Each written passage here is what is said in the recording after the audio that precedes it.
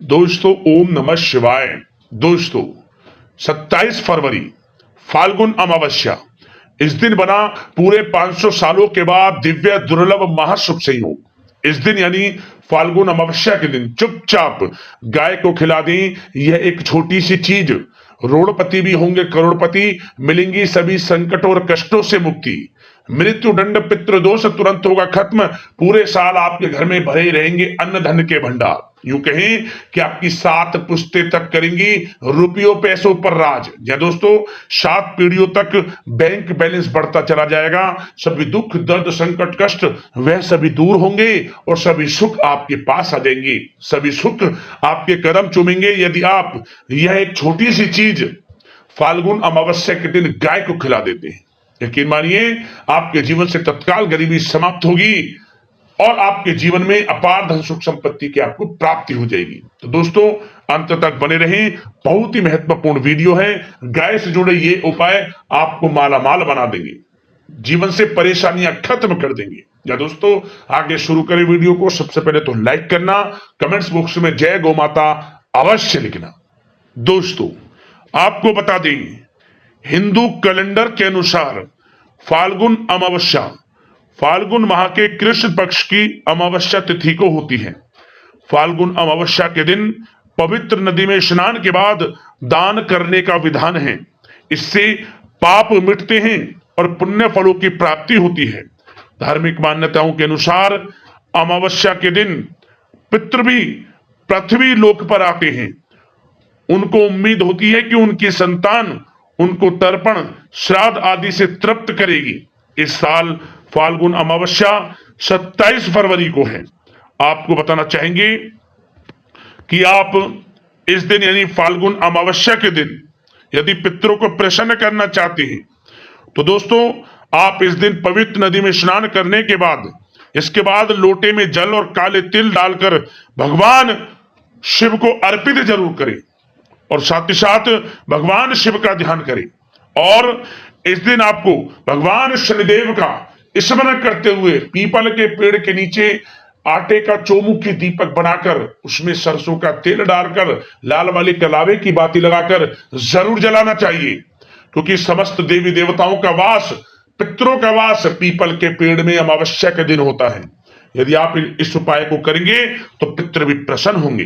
और साथ ही साथ इस दिन आपको अपने पितरों के निमित्त दान धर्म के कर्म करने चाहिए, अन्न धन वस्त्र का दान करना चाहिए। जो भी आपसे बने जरूर उपाय को करें।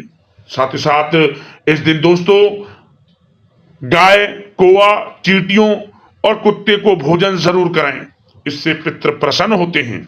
और आपको एक बात और बता दें, अमावस्या के दिन घर के बाहर सूर्य अस्त के बाद यानी कि शाम के समय दक्षिण दिशा में दीपक जरूर जलाएं, घी का हो या फिर सरसों के तेल का हो।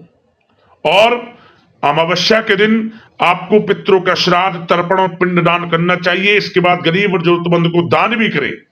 अमावस्या के दिन यानी फाल्गुन अमावस्या के दिन पितृ चालीसा, पितृ श्रोत, पितृ कवच का पाठ करें। ऐसा करने से पितृदोष से मुक्ति मिलती है और समस्त इच्छाएं पूर्ण होती हैं और पितरों का आशीर्वाद आपको प्राप्त होता है। सदैव पितरों की कृपा बरसती है, पितृ वंश वृद्धि का आशीष देते हैं। बता दें ये जो फाल्गुन अमावस्या है बहुत ही दुर्लभ योग में है। भगवान भोलेनाथ, भगवान शनिदेव का पूजन विधि विधान से करें, समस्त मनोकामनाएं आपकी पूर्ण होंगी।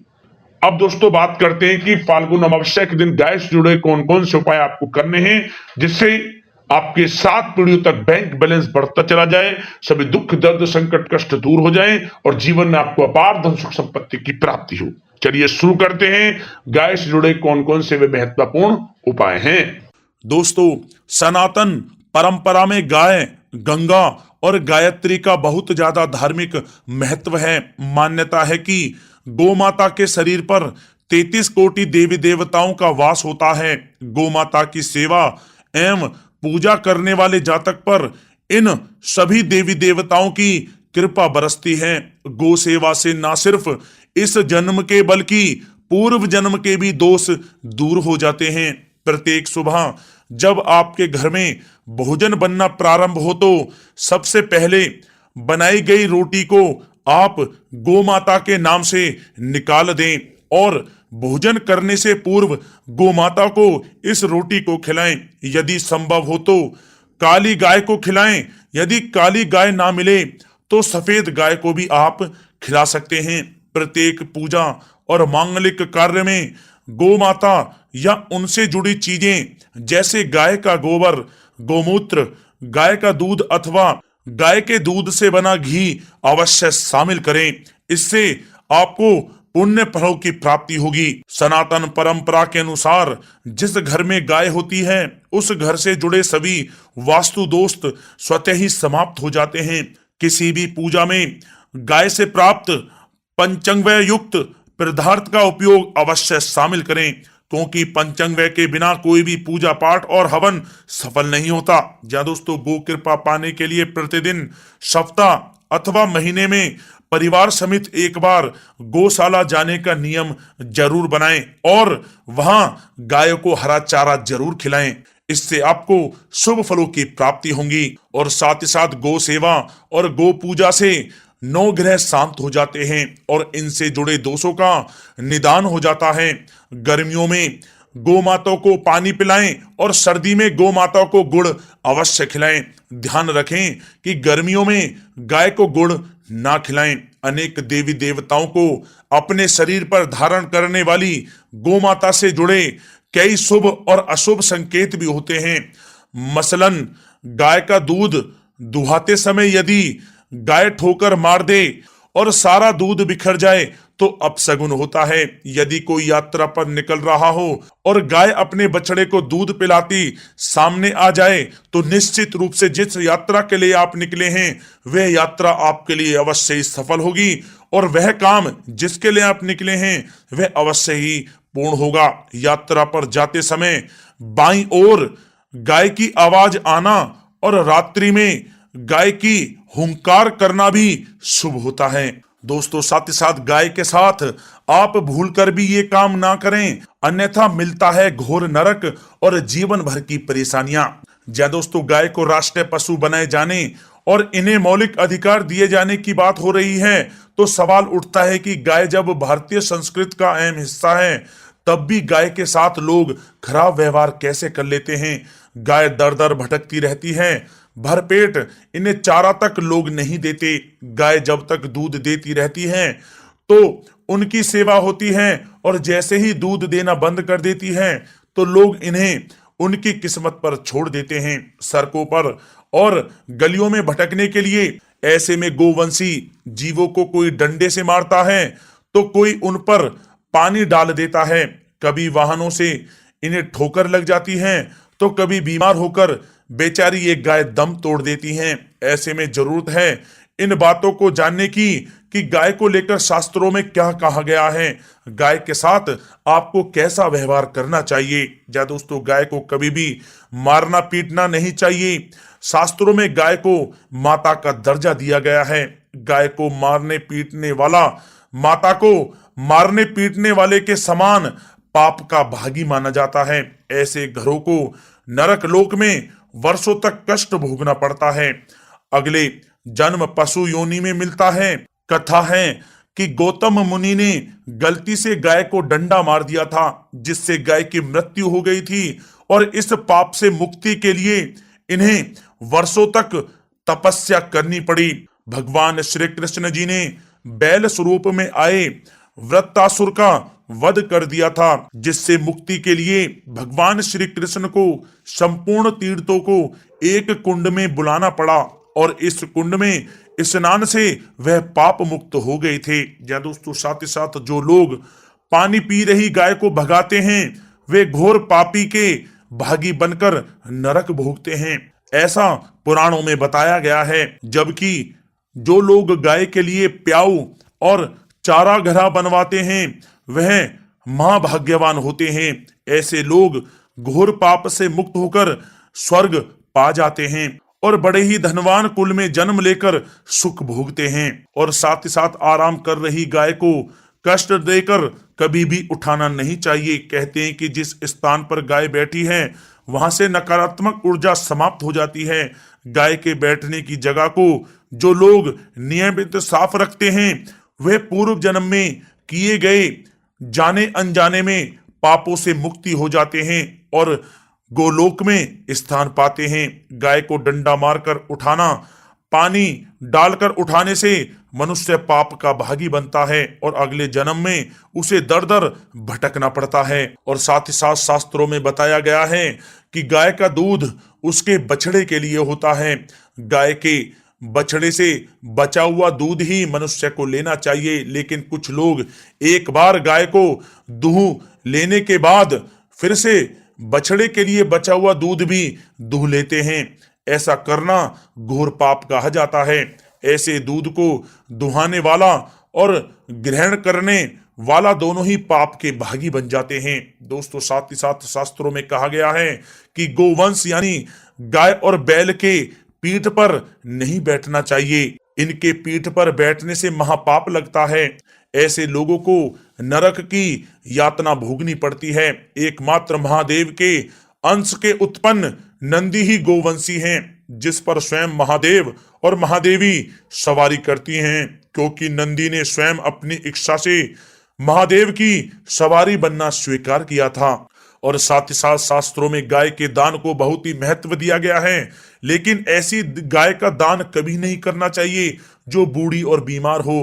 कठोपनिषद में नचिकेता की कथा भी इस संदर्भ में है कि जिस नचिकेता ने पिता द्वारा बूढ़ी गाय को दान करने पर आपत्ति जताई थी, दूध देने वाली और बछड़े सहित जो लोग गाय का दान करते हैं वह महान पुण्य को प्राप्त करके स्वर्ग में स्थान पाते हैं। दोस्तों, साथ ही साथ सूर्य, चंद्र, मंगल या शुक्र की युति राहु से हो तो पितृ दोष होता है।